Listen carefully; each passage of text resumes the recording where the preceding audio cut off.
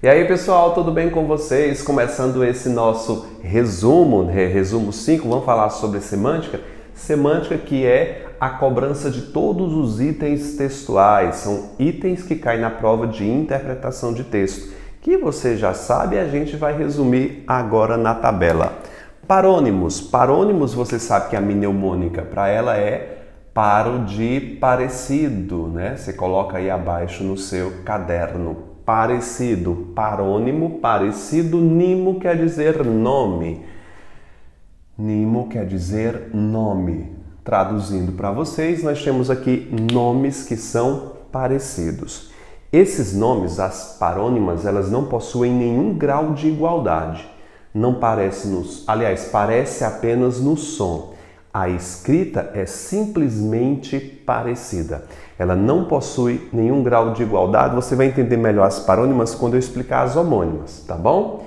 Então, qual é a diferença da parônima, de uma palavra parônima da outra? A troca de uma letra.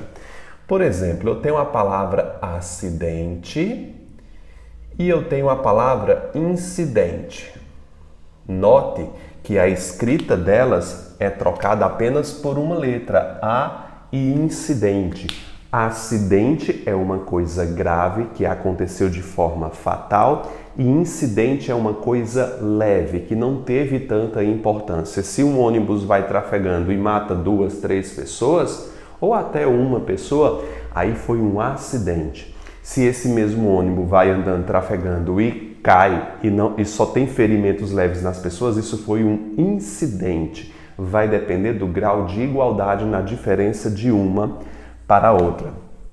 Eu também tenho a diferença entre infringir, com 2 N's, né? Infringir quer dizer o quê? Desobedecer alguma norma. Eu infringi as leis de trânsito. E eu tenho o sem o segundo N, infligir, que quer dizer aplicar a pena.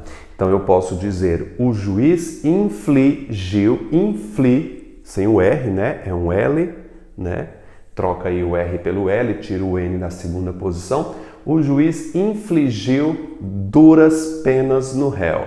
Então ele aplicou aquela pena ao réu porque o réu infringiu as leis. Veja a diferença de um termo para o outro. Eu tenho vários, gente. Tenho vários aqui na questão dos parônimos. Eu tenho também, deferir e diferir. Deferir e diferir.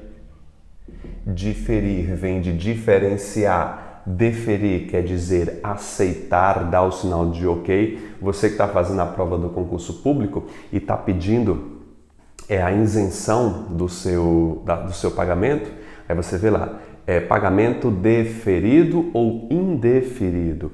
Deferido aceito, indeferido quer dizer não aceito, beleza? É isso, eu tenho flagrante e fragrante também, Flagrante. Flagrante com L quer dizer o quê? Foi preso de repente, de supetão, pegou naquele momento de forma exata. E fragrante quer dizer o quê, gente? Fragrante tem a ver com o odor, o cheiro, né? Nós temos o cheiro aí de flagrante para fragrante. Eu tenho fluir e fruir, tá? Que são duas diferenças. Fluir e fruir. Pode ir colocando aí. Fluir e fruir. Fluir quer dizer passar de forma calma, leve, majestosa. Por exemplo, o rio fluía por entre as rochas. Ela passava calmamente. Fruir quer dizer desfrutar. Por exemplo, o candidato que se prepara com o professor Vitor frui de bons resultados, goza de bons resultados, desfruta de bons resultados. Então é isso. Já coloquei alguns exemplos aqui de parônimos. Você lembra que paro de parecido, não confunda com as homônimas. As homônimas, esse nome aqui, homo, quer dizer igual. Igual, e o nimo quer dizer o quê? Nome. traduzindo, nomes iguais. Note que parônimo e homônimo são parecidas às escritas, né? Enquanto que paro é parecida, homo quer dizer igual. As homônimas, elas se dividem em imperfeitos e perfeitos. Uma homônima perfeita, nós temos a escrita igual, o som igual, só que os sentidos são o quê, gente? Totalmente distintos. Por exemplo, eu posso pegar aqui a palavra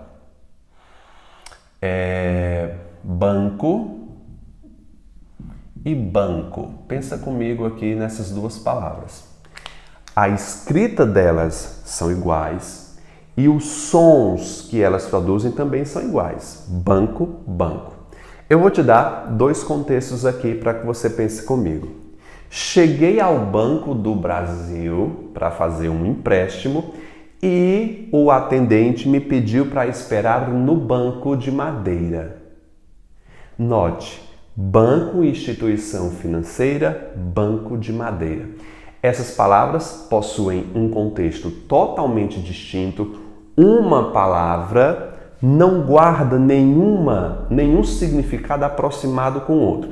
Eu estou pedindo que você pense comigo e vai anotar na frente que você tem um espaço aí na apostila dos homônimos perfeitos.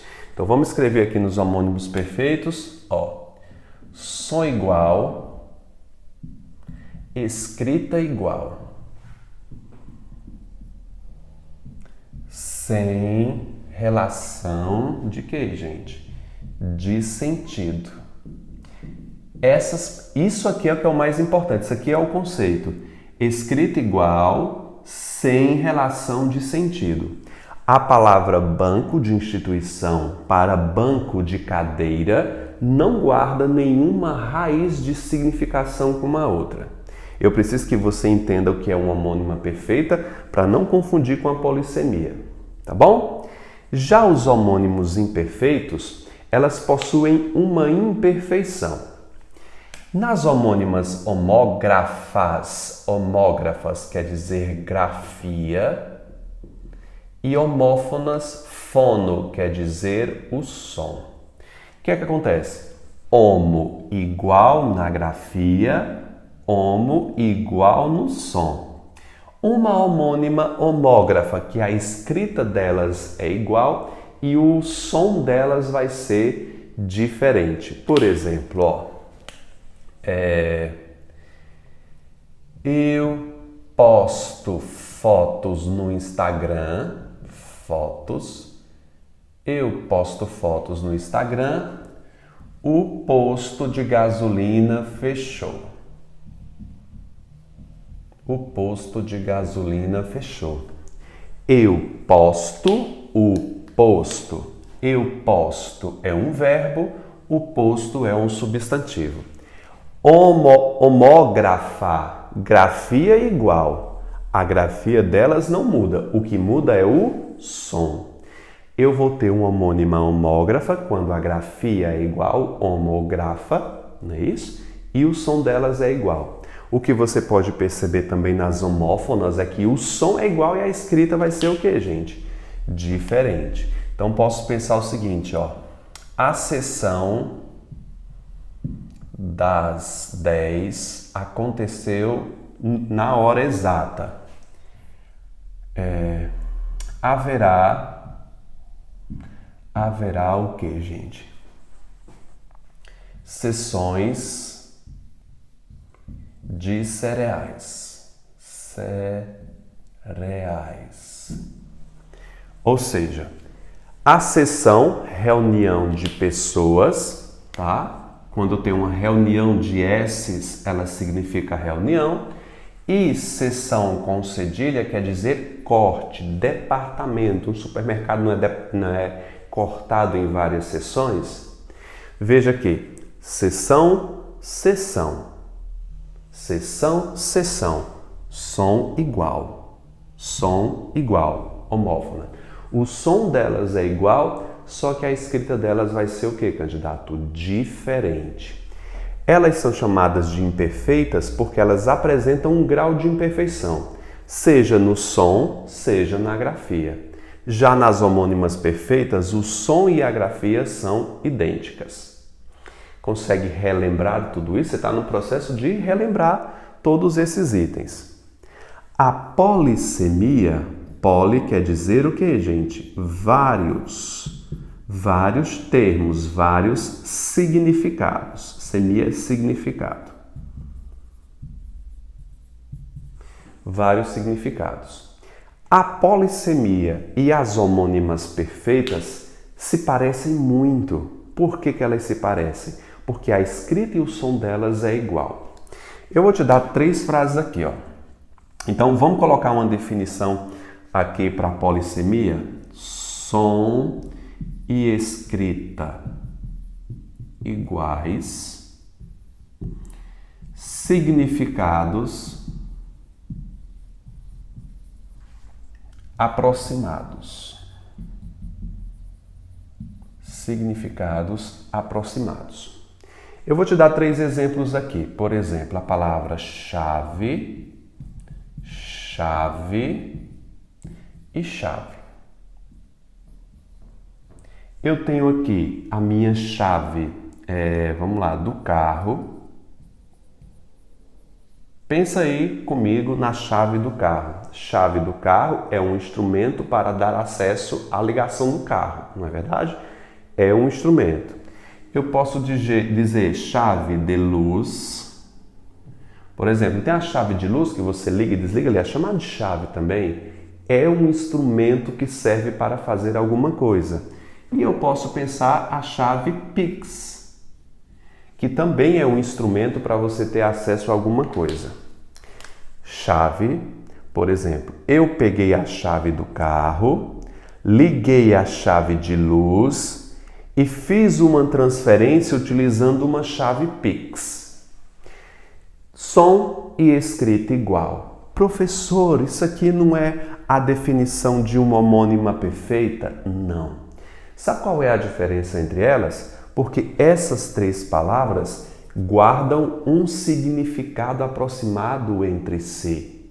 Elas guardam o significado de instrumento para acessar alguma coisa. Perceba que o banco de instituição financeira e o banco de madeira não guardam nenhum sentido aproximado. Eu vou te dar um outro exemplo. Pensa comigo aqui, candidato. Espremi um cravo na minha testa, cravo. Porque ontem eu comi um beijinho com cravo. Tem aquele beijinho, aquele doce que tem um cravo em cima? E aí? Cravo da testa, cravo especiaria que coloca no doce. Me diga, som e escrita igual. Cravo e cravo são homônimas ou são polissêmicas? É claro que elas são homônimas, candidato, porque elas não guardam uma significação que se aproxime. Aí se eu te disser o seguinte, cheguei ao posto de gasolina e depois fui ao posto de saúde. Peraí, eu sei que são 2 coisas diferentes, posto de gasolina e posto de saúde, só que elas guardam uma relação entre si. É uma instituição, são instituições que prestam algum serviço. É claro que os serviços delas são distintos, mas ambas possuem um endereço. Ambas são um prédio e ambas prestam um serviço. Elas são polissêmicas. Você note, candidato, que a diferença entre uma e outra muitas vezes não é tão simples. Ok? Precisa fazer você pensar. Chegamos aqui nos hiperônimos e nos hipônimos. Hiperônimos, você vira a página, está do outro lado, tá? Hiper e hipo. Hipor quer dizer grande, vasto, grande ou grupo. Enquanto que hipo quer dizer parte de. Eu vou colocar assim, parte de, porque geralmente você vai associar como parte deste grupo. Tá bom? Então, hiperônimo, hiper grande, hipo faz parte de alguma coisa. Eu vou fazer a casadinha entre um e outro, deixa eu ver como é que tá aqui. é um abaixo do outro aqui que você vai fazendo associação, tá? Posso pensar assim, por exemplo, hangar. Hangar, eu vou colocar lá embaixo, ó, avião. Me diga, hangar não é onde ficam os aviões? Avião faz parte do hangar. Avião é parte desse grande grupo. Consegue compreender? Sim. Posso pensar também o seguinte, barulho,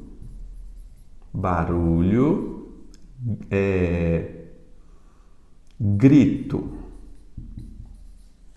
Grito é um tipo de barulho.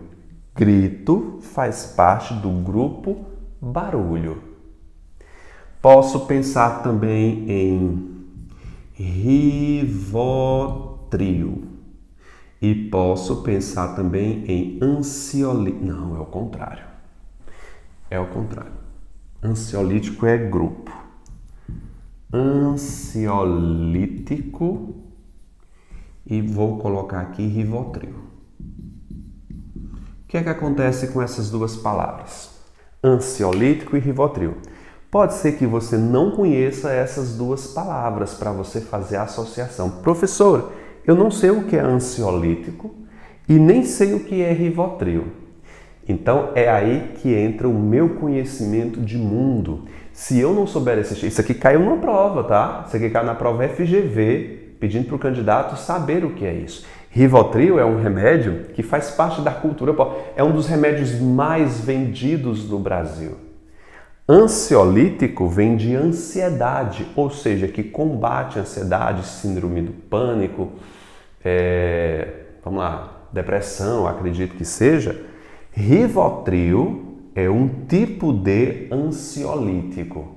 E você precisa ter esse conhecimento de mundo para responder às questões de prova. Rivotril. Já pensou se eu colocasse, por exemplo, a palavra Dorflex? Você já usou Dorflex, que eu sei. Dorflex faz o que, candidato? Combate a dor, né? É um analgésico. Eu não poderia colocar aqui Dorflex, porque Dorflex não faz parte do grupo dos ansiolíticos. Então, eu estaria fazendo uma falsa associação. Por exemplo, se eu te dissesse o seguinte, ó, luz, calor. Me diz aí, gente, luz e calor. Você pode pensar, fazer uma falsa associação. Luz é hipônimo de calor, porque luz é um tipo de calor. Isso aqui é mentira. O professor de biologia me desmentiu. Disse, professor, luz não é um tipo de calor. São duas coisas distintas. Um não faz parte do outro. E caiu isso aqui em prova, foi VUNESP, e elas não possuem nenhuma relação, muito menos de hiperônimo para hipônimo. Fica ligado nas falsas associações, tá bom? Vamos para a próxima? Ambiguidade, na verdade é quase que um vício de linguagem, ambiguidade, redundância. A ambiguidade é o duplo sentido que uma palavra possa ter dentro de uma frase. Duplo sentido, tá? Ele faz parte aqui do grupo de interpretação de texto. Quando determinados elementos são criados em uma frase, a frase expressa duplo sentido, tá bom? Posso pensar na frase o seguinte, o guarda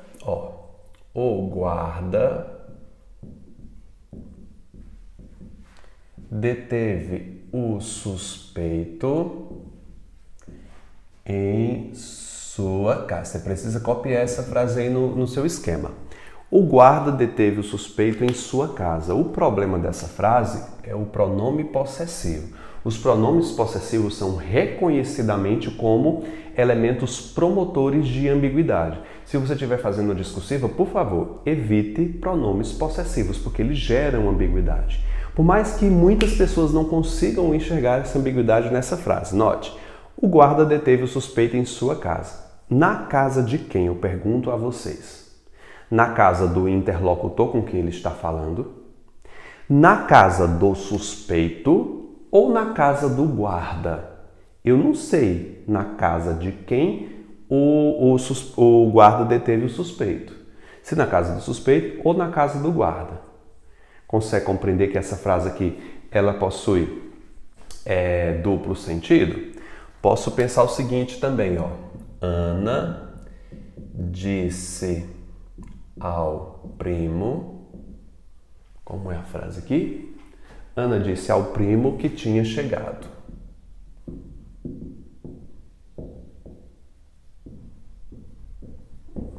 Ana disse ao primo que tinha chegado. Note essa oração adjetiva aqui, né? Você já está fazendo a revisão e você sabe que isso aqui é uma oração adjetiva. Ana disse ao primo que tinha chegado. Espera aí. Ana falou com o primo, que foi o primo que tinha acabado de chegar, ou a Ana transmitiu uma mensagem ao primo que ela, Ana, tinha chegado. Ou seja, essa oração aqui se prende ao primo ou à Ana? A Ana disse ao primo que ela, Ana, tinha chegado, ou a Ana disse alguma coisa que eu não sei ao primo que tinha chegado. Note que existe aí um duplo sentido. Então, em uma prova em que se cobre ambiguidade, muitas vezes ela não vai cobrar o conceito, mas se você consegue ver dentro de uma frase um processo de ambiguidade, tá bom? Conotação e denotação, você precisa fazer uma chave entre as duas porque elas têm que andar juntas, uma ao lado da outra. Conotação é linguagem literária, linguagem figurada, linguagem irreal. E a denotação, D de dicionário, é a linguagem real, literal. Não confunde literal com literária. Literal quer dizer ao pé da letra. Eu vou colocar aqui também. Ao pé da letra.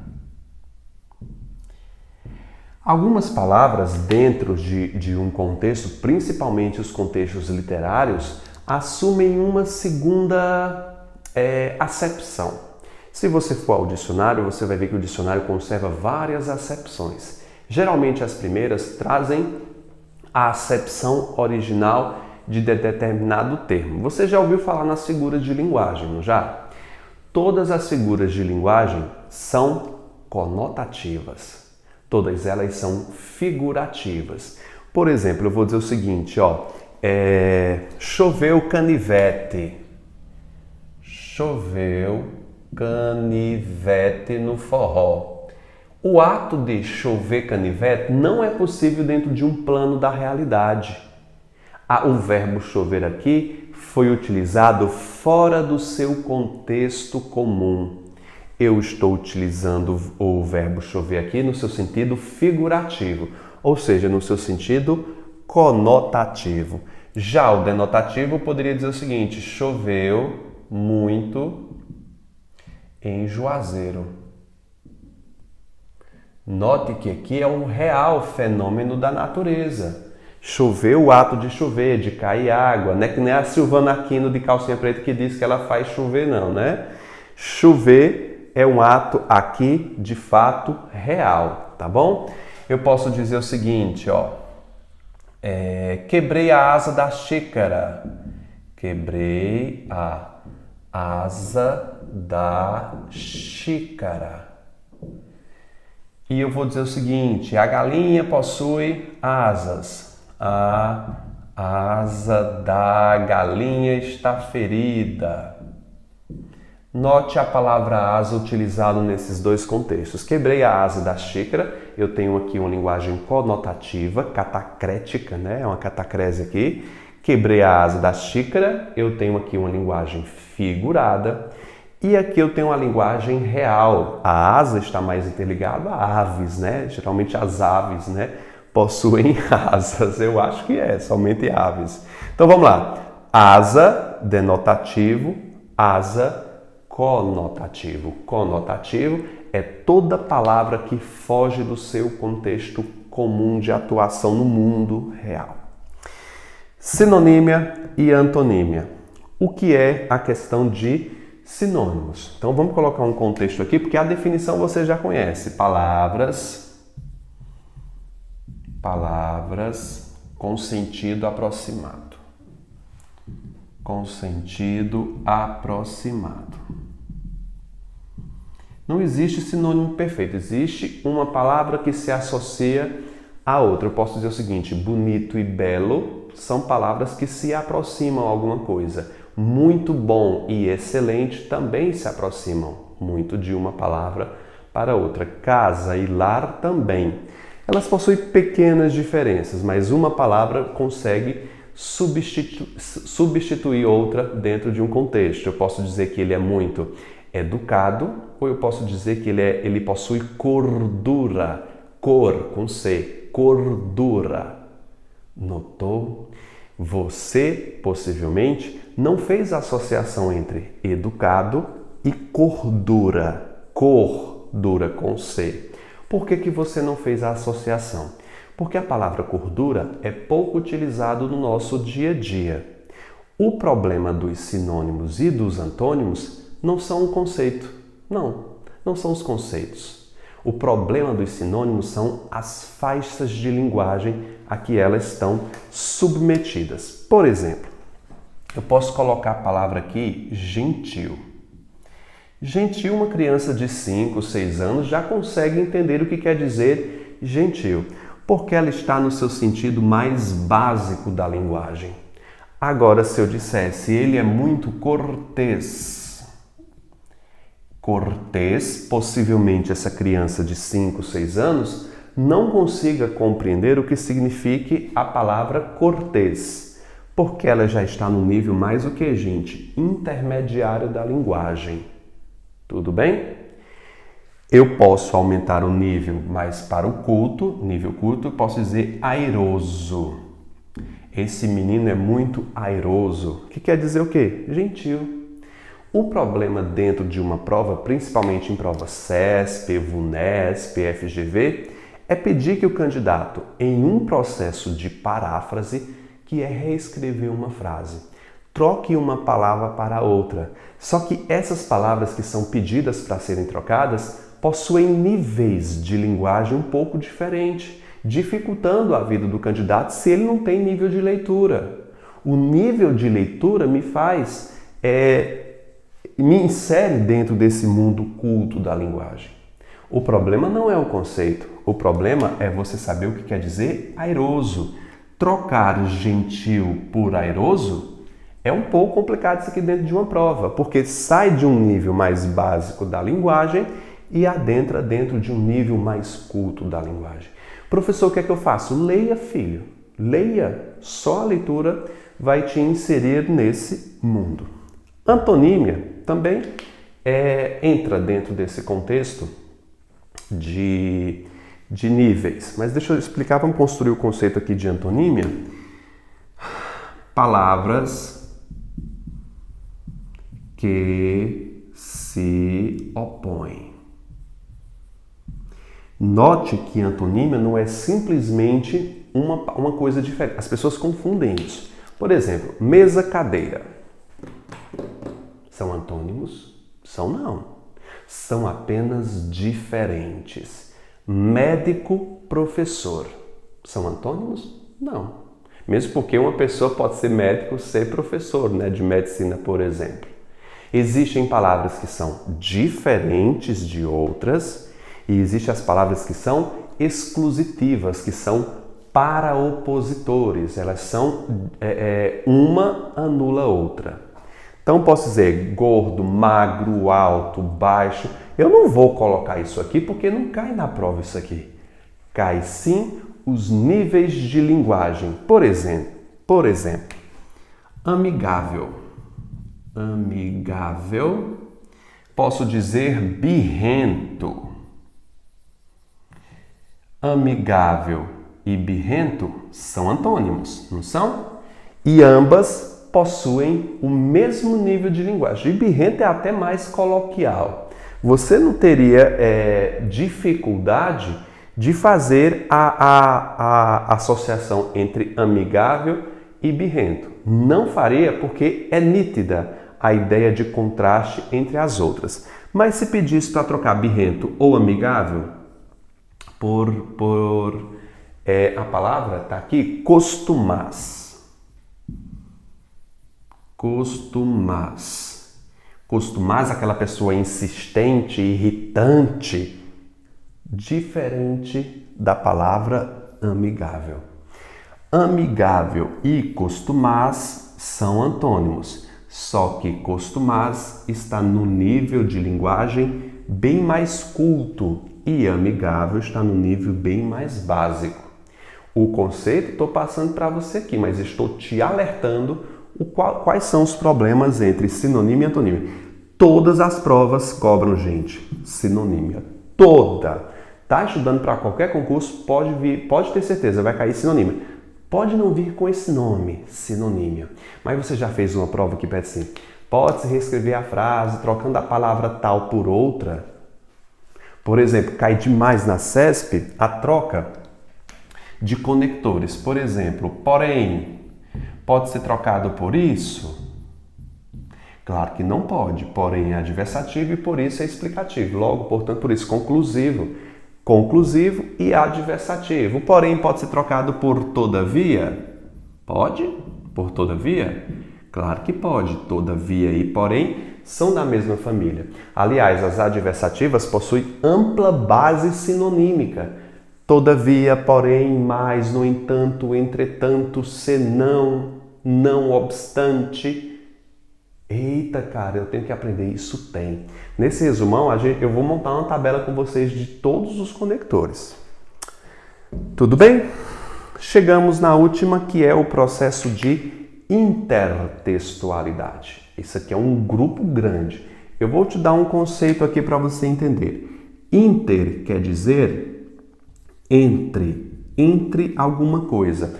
É uma coisa que atravessa um elemento. E textualidade está relativa a quê? A texto. Então, quando eu digo intertextualidade, entenda como um texto que se entrelaça a outro. Eu tenho aqui a intertextualidade, a alusão, a citação, a paródia, a paráfrase, a pastiche. São vários tipos de intertextualidade, mas eu quero montar um conceito aqui para vocês, porque geralmente não cobram esses nomes. Intertextualidade, vamos escrever aqui o contexto, é um texto que lembre outro. Sempre um texto que lembre outro, você está no processo de intertextualidade. Se eu escrevesse a frase o seguinte, ó, penso, logo desisto. Pensa comigo, essa frase é bastante conhecida. Essa frase se baseou numa outra frase bastante conhecida de Descartes, grande filósofo. Penso, logo existo, inspirou a frase penso, logo desisto. Eu vi outra na internet que era assim, sou brasileiro, logo desisto. Que frase terrível para brasileiro, né? Sou brasileiro, logo desisto. Essa frase se inspirou na frase de Descartes. Uma frase que se inspira em outra passou por um processo chamado de quê? Intertextualidade. Quase todo... Olha, você é o resultado do que você viu e do que você leu. Você que assiste filmes, ouve músicas, lê livros, tudo que você produz atualmente, fala, digita, escreve, posta nas redes sociais, são processos de construção de intertextualidade. Você, por exemplo, que assistiu a um filme, viu alguma fala, leu algum texto, isso vai fazer em você produzir novos textos. Então, você a todo tempo está fazendo a intertextualidade. Você é o resultado de toda uma construção. Você não é original. Você é o resultado de tudo que você viu. E você se engana se pensar que algum autor de filme, de livro, não se inspirou em outra. Por exemplo, aquela novela O Cravo e a Rosa, que está até repetindo agora. O Cravo e a Rosa foi inspirada numa grande obra de Shakespeare que se chama A Megera Domada. Ou seja, ele se inspirou em uma outra obra para fazer um texto. Tudo bem? Intertextualidade, um texto que lembre outro. Montamos esse conceito aí para intertextualidade e a gente vai para a próxima, que é processo de formação de palavras. Vamos lá?